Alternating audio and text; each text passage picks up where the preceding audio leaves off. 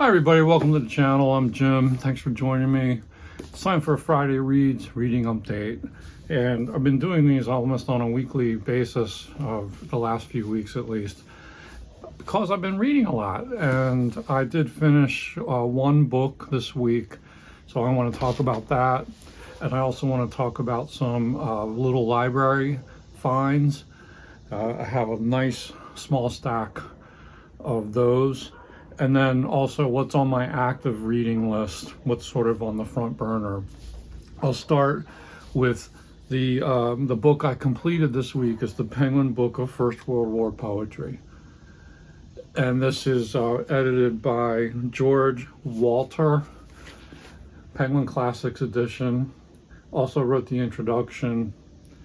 And this was a really nice, very readable, thorough anthology of primarily British. There's a couple of Americans in there, but it's almost all British poets, the war poets as they were known. People like Siegfried Sassoon and Wilfred Owen, and many others that you might not have heard of before. So the anthology does a nice job of sort of raising awareness about lesser poets who wrote some really fine poems.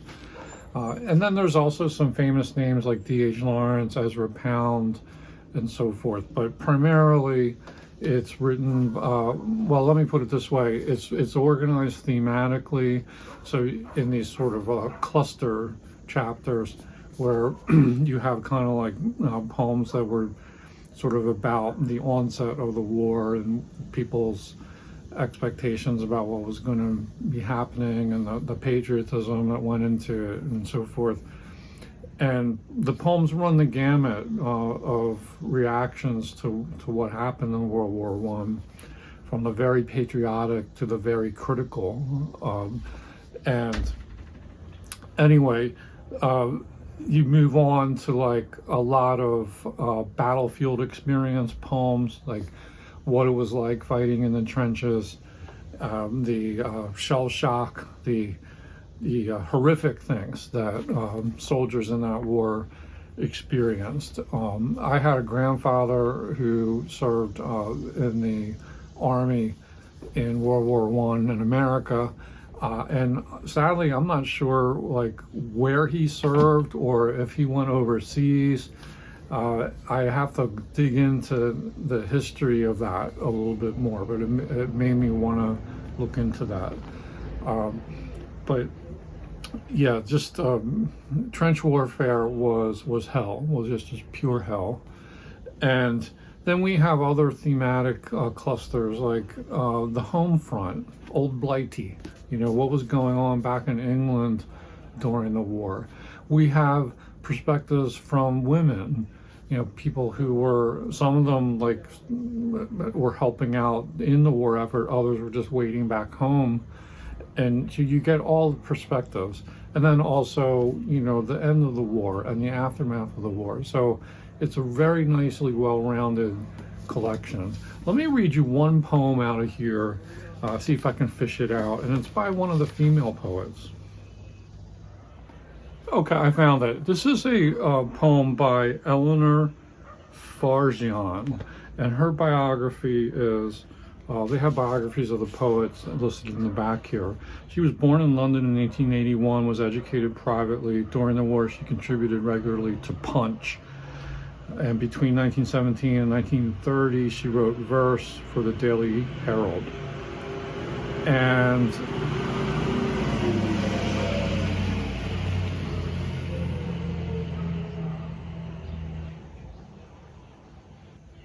she won the Library Association Carnegie Medal in 1956. She died in 1965. This is a poem that sort of spoke to me in an emotional way, and it's called Easter Monday by Eleanor Farjeon, Farjeon. In the last letter that I had from France, you thanked me for the silver Easter egg, which I had hidden in the box of apples you liked to munch beyond all other fruit. You found the egg the Monday before Easter and said, I will praise Easter Monday now, It was such a lovely morning. Then you spoke of the coming battle and said, "This is the eve. Goodbye, and may I have a letter soon." That Easter Monday was a day for praise. It was such a lovely morning. In our garden, we sowed our earliest seeds, and in the orchard, the apple bud was ripe. It was the eve. There are 3 letters that you will not get. That's Easter Monday by Eleanor Farjeon. That last line is just devastating. There are also, kind of war songs that like the troops would chant like as they were marching and stuff. And then, there's like the really famous poems by people like Wilfred Owen and Rupert Brooke and so forth. I will read this famous one just to round out this discussion of the Penguin Book of First World War poetry, and this is one of the most famous ones, the one that you see anthologized all the time, and it's got a Latin title, Dulce et decorum est, which is quoted at the end of the poem as well. So we'll translate that after we read it. This one is by Wilfred Owen. Dulce et decorum est. Bent double like old beggars under sacks, knock-kneed, coughing like hags, we cursed through sludge, till on the haunting flares we turned our backs, and towards our distant rest began to trudge. Men marched asleep. Many had lost their boots, but limped on, bloodshot. All went lame, all blind, drunk with fatigue, deaf even to the hoots of gas shells dropping softly behind. Gas, gas, quick boys! An ecstasy of fumbling, fitting the clumsy helmets just in time. But someone still was yelling out and stumbling and floundering like a man in fire or lime. Dim through the misty panes and thick green light, as under a green sea, I saw him drowning. In all my dreams before my helpless sight, he plunges at me, guttering, choking, drowning. If in some smothering dreams you too could pace behind the wagon that we flung him in, and watch the white eyes writhing in his face, his hanging face, like a devil's sick of sin, if you could hear at every jolt the blood come gargling from the froth-corrupted lungs, bitten as the cud of vile, incurable sores on innocent tongues, my friend, you would not tell with such high zest to children ardent for some desperate glory, the old lie, dulce et decorum est pro patria mori. That's Wilfred Owen, who died like on the last day of World War I. Just what a loss. But that Latin phrase, dulce et decorum est pro patria mori, means it is sweet and fitting to die for one's country. Yeah, so now that's one of the more famous ones in the book. But what strikes me overall about these poems is how real they are, like how so many of the poems don't feel stodgy, they don't feel flowery. This was real existential, dramatic, tragic experience that's being shared in a very honest, forthright, direct way, and it's a very nice anthology. I recommend it highly. So that was the one that I finished this week. Let me talk a little bit about some book finds, and I've been into this morning walking habit. Once again, I'm back out early, and I've done it almost every day in the last week. There was one day I missed. But anyway, what I do is I like to walk around town, different directions, and we have so many little free libraries in our neighborhood. I just usually use them as stopping points. It's an incentive, right? Let me see what the next one has, And lots of times I strike out and don't find anything. But if you go every day, you sometimes will stumble into things and get first dibs on them. I've also dropped off some books. So there was one day I think I dropped off like 5 books, and then I came back with 3 books. But so, and a lot of these will not be keepers, but I picked them up, and in the true spirit of little free libraries, you borrow them and then eventually you give them back. And some of them might be keepers, but most of these will be temporary. But anyway, yeah, let me start with this one. This was a book that I was really happy to find. It is by Arnold Weinstein, and I'll show you his picture. Arnold Weinstein, I think he's still living, is an emeritus professor at Brown University. And I first became acquainted with him through the teaching company. And he gave some lectures on literature about Marcel Proust and In Search of Lost Time. And he helped motivate me to want to get back into reading Proust because I had fallen off the wagon on my first attempt at reading Swann's Way when I was much younger. Anyway, I think we borrowed those videos from the library. They were on VHS tape, as I recall. But those teaching company videos, they're still out there, and there's some really, really fine lecturers. And he impressed me with his knowledge and his delivery. And anyway, I then later, much later, came across a couple books that he wrote. One was called, I think it's called A Scream Goes Through the House. And there's a subtitle, which I can't remember right now. But that was a book that stemmed from his teaching experience of teaching a course on medicine and literature, or like the kind of trials and tribulations we go through in terms of medical conditions and diseases and dying and things. And then he taught that with literature and so forth. And so this book was stemmed from those courses that he taught, or that course that he taught. And I thought that was an excellent book. I had it in paperback. I've since given it away, but I really thought that was a good book. And it put me on the radar. It put him on the radar. And then I bought another book of his I think it's called Recovering Your Story. And I might have talked about this in the very early days of this channel. I can't recall. But that was a book that, he basically writes, this is for general audiences, but he's like a champion of literature, and he's talking about what literature teaches you about life. And this one was like that.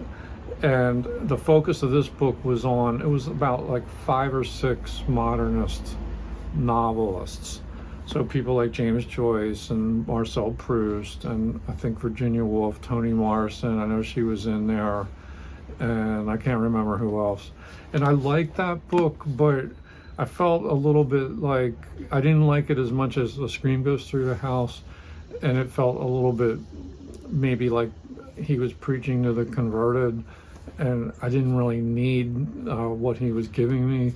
But that being said, it was a well-written book, and for many readers, I think you would enjoy it. It would help you to appreciate why these modernist novelists are so great. Well, lo and behold, I didn't even realize that he had written a book after that, and this is called Morning, Noon, and Night, Finding the Meaning of Life Stages Through Books.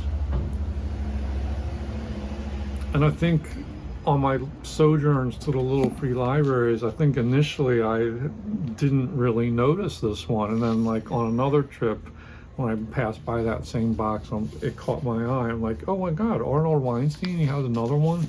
I think this came out in maybe 10 years ago or so. Let me see the copyright. Oh, more than that, 2011.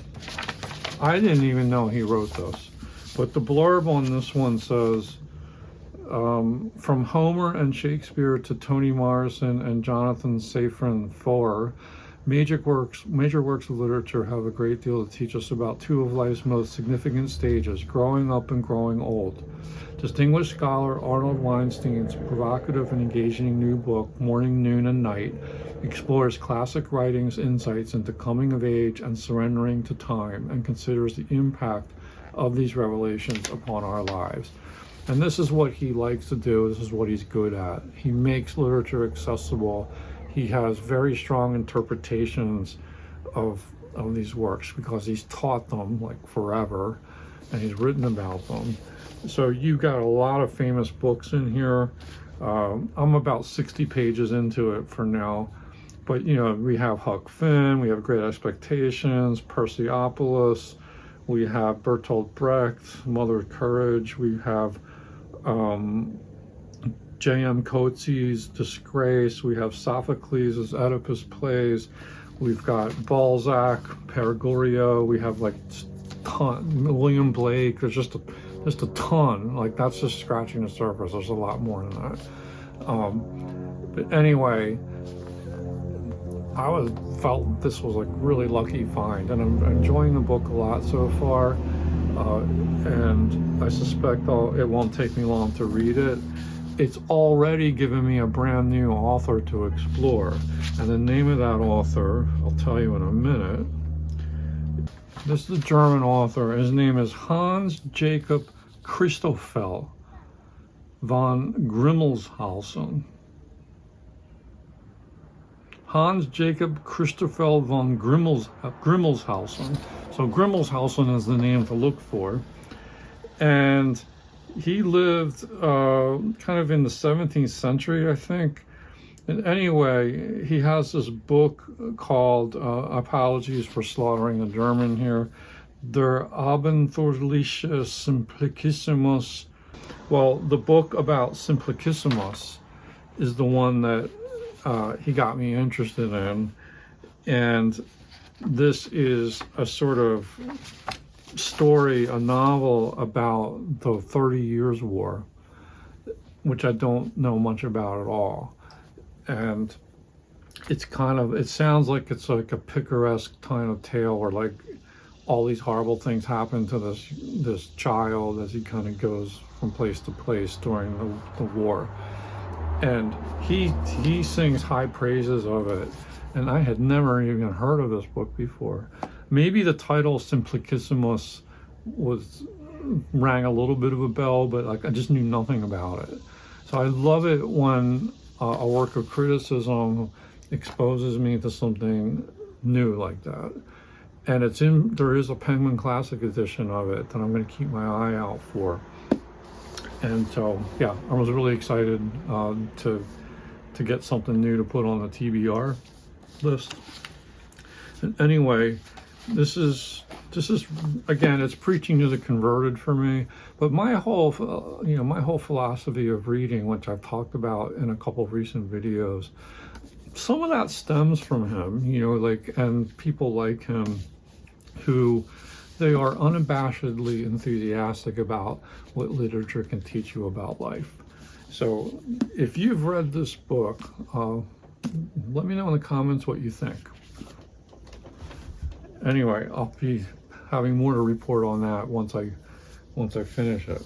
All right, we're still sticking with the little library theme here. This was another one that jumped out at me because I used to see this on the book racks all the time in the store. Megatrends, 10 New Directions Transforming Our Lives by John Naisbitt.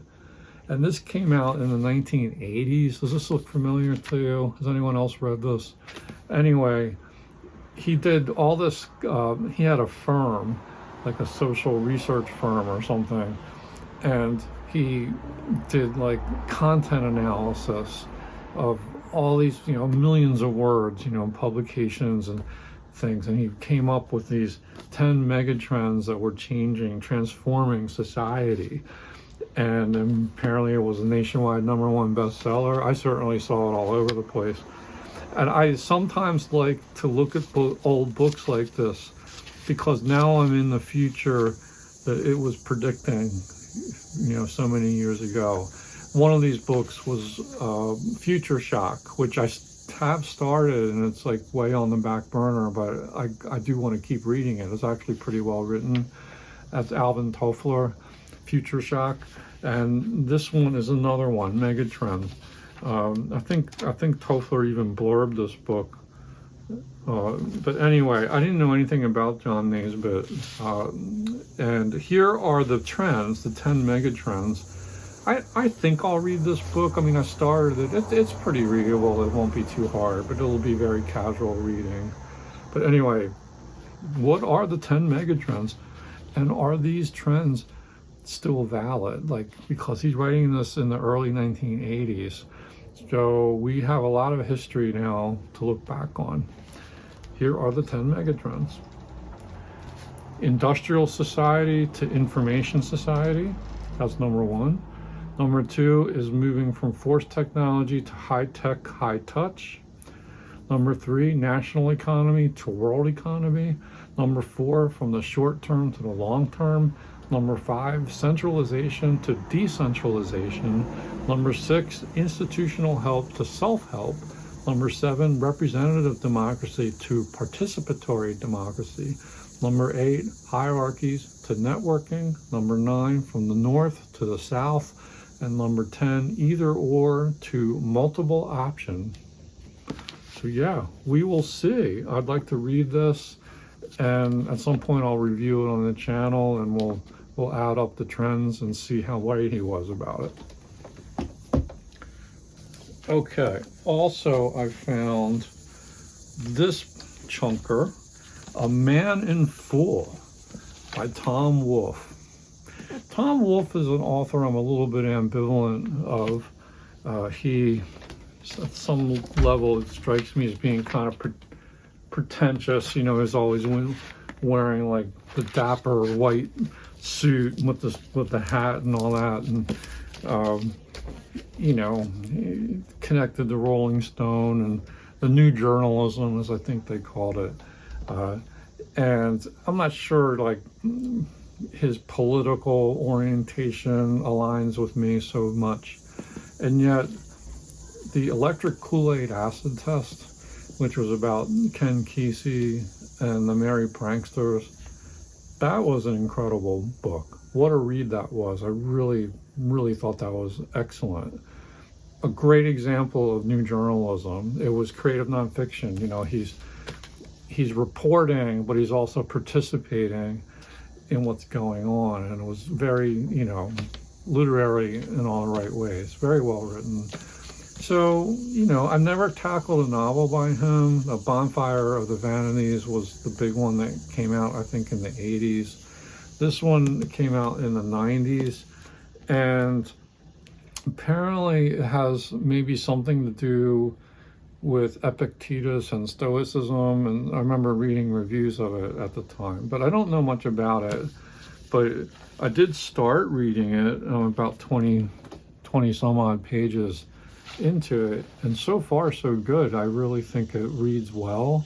It's set in Atlanta, and I'll read you the blurb, part of the blurb here, to just give you a flavor if you don't know anything about this. Okay.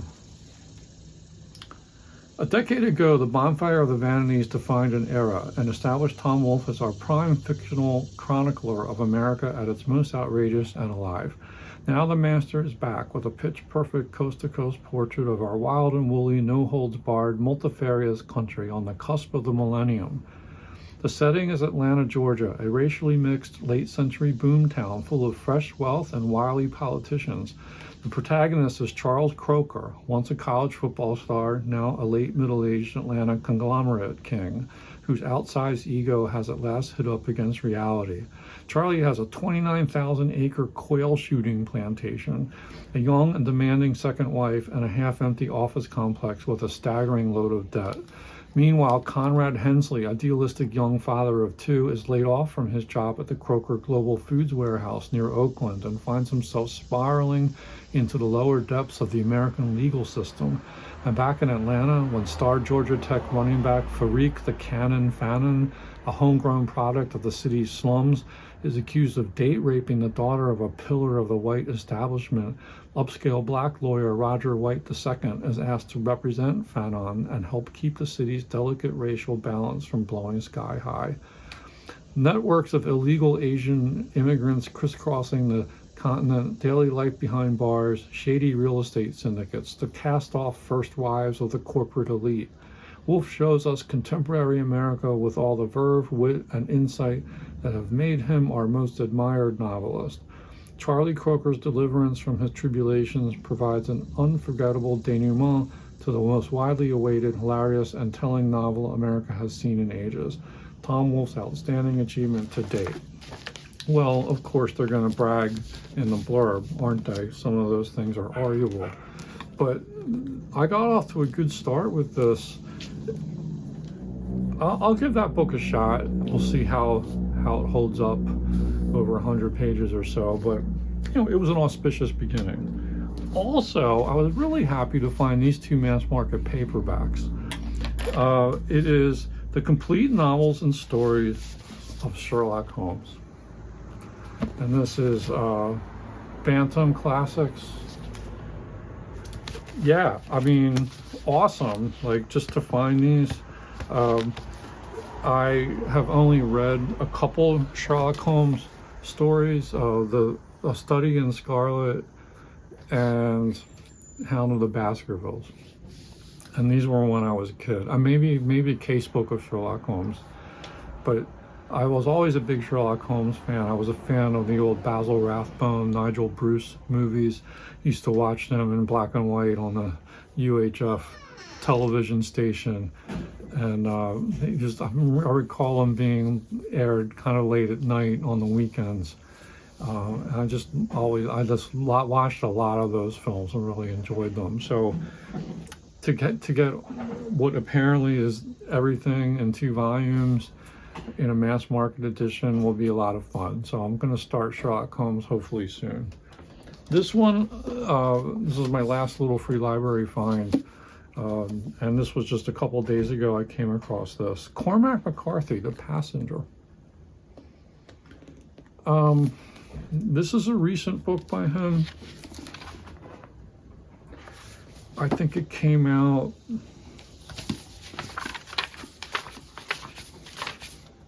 2022, so it's only 3 years old. And there's a quick little blurb on this. Let me read it. Pass Christian, Mississippi, 1980. It is 3 a.m. when Bobby Western zips up the jacket of his wetsuit and plunges from a Coast Guard tender into darkness. His dive light illuminates the sunken jet, 9 bodies still buckled in their seats, hair floating, eyes devoid of speculation. Missing from the crash site are the pilot's flight bag, the plane's black box, and the 10th passenger. But how? A collateral witness to machinations that can only bring him harm, Western is shadowed in body and spirit by men with badges, by the ghost of his father, an inventor of the bomb that melted glass and flesh in Hiroshima, and by his sister, the love and ruin of his soul. Traversing the American South from the garrulous barrooms of New Orleans to an abandoned oil rig off the Florida coast, The Passenger is a breathtaking novel of morality and science, the legacy of sin, and the madness that is human consciousness. Okay. Cormac McCarthy. I know there's been some controversy around him recently. Don't need to go into that. I'm ambivalent about Cormac McCarthy, but I'm also underread. So I've only read The Road by him, which I found to be a very impactful novel while I was reading it. It was disturbing as hell, like a post-apocalyptic novel, and it was brutal to read, but very well done. And yet, as I reflected on it after finishing it, I felt not so thrilled with it at some level. I'm not sure why, but I'm a little bit suspicious of Cormac McCarthy. Like maybe his reputation is bloated. I'm not sure how you all feel about him, or if you have read this book. I think it's like, isn't it like part 1 of 2 or something? Anyway, I'm not sure. But I read the first page of this, and it seemed a little bit off-putting, but that's only the first page test, so I'll give it more of a test at some point. But I'm not sure this is going to be one I'm going to get to right away. But boy, it's in good condition. Probably wasn't even read. I don't know, maybe Cormac, maybe the person who had this before me, I canceled them, and it's just like, I don't want to touch him anymore, and they just put it in a little free library. Who knows? Anyway, I couldn't pass it up. I might give it a shot. But I'm not sure Cormac McCarthy is the author for me. Let me know what you think in the comments. I'm going to share a few other books and to finish this talk. And these are books that I'm actively reading and making good progress through lately. One is Orlando by Virginia Woolf. I am maybe less than 100 pages to go now. I'm up to chapter 5. And this is a rollicking good read, like very, very well done. I'll be reviewing this soon for the channel. I've made a good amount of headway in High Minds by Simon Heffer. This is a history of Victorian Britain. Once again, like incredibly long-winded, too much detail in like every chapter. But that being said, I learned something from every chapter. So I'm at the point now where, well, I only have this much farther to go. So it may not be too much longer till I have a full report on that book. And then I'm working my way through Two Lives by Plutarch. I finished The Life of Alexander. These are rereads. And now I'm getting near the end of the Life of Caesar. And this is to prepare for a Great Books reading series video that I plan to do. Might even get to it tomorrow or Sunday. Hopefully this weekend I'll be able to bang it out. And yeah, a lot of fun. It's nice to read Plutarch again. And so for some bedside reading, I've been working my way through the 1971 volume of The Great Ideas Today. And the theme of this volume is world government. So the symposium at the beginning of this is different thinkers talking about the prospects of world government. And then I just finished a long article about the idea of world community in the great books of the Western world. And that was, somewhat interesting. And now I'm up to the year's developments in the arts and sciences, and I'm currently reading an article by M.I. Finley about new developments in classical studies. And it's a long article, it's at least 30 pages. So yeah, these are fun for me to kind of dip into. That's that. And then just yesterday, I don't know, I was up here looking through the books and the great book set, and I figured it might be time to start back into Tacitus. I think I've read the histories in Penguin Classics edition, but I don't think I've read the annals. And I'll know more when I get to the histories, but I've started reading the annals, and I'm just a few pages into it, but it's off to a good start. I've been reading so much Roman history in the last year, like between all the stuff in Plutarch's Lives, and then I finished Suetonius a month or two ago. And Robert G., reader of books, is doing his Roman Emperor's Challenge this year. And I figure, like, why not get back into Tacitus and have like a different perspective on things. He's picking up the Roman history like around the time of Augustus, or just after Augustus had died, and that's where I'm at right now. That is a quick update. Maybe not so quick as we wanted it to be, but I thank you all for watching. Let me know who your favorite British war poet is, and any particular poems you want to share there. If you have ideas about Tom Wolfe, about Arnold Weinstein, about Megatrends, or Sherlock Holmes, Cormac McCarthy, and Virginia Woolf's Orlando, share them in the comments. Hope you like and subscribe to the video. Ring the notification bell if you'd like to get fresh updates whenever something posts. You won't miss out. Thanks a lot for watching. Hope everyone's well. Hope to talk to you again very soon. Bye-bye.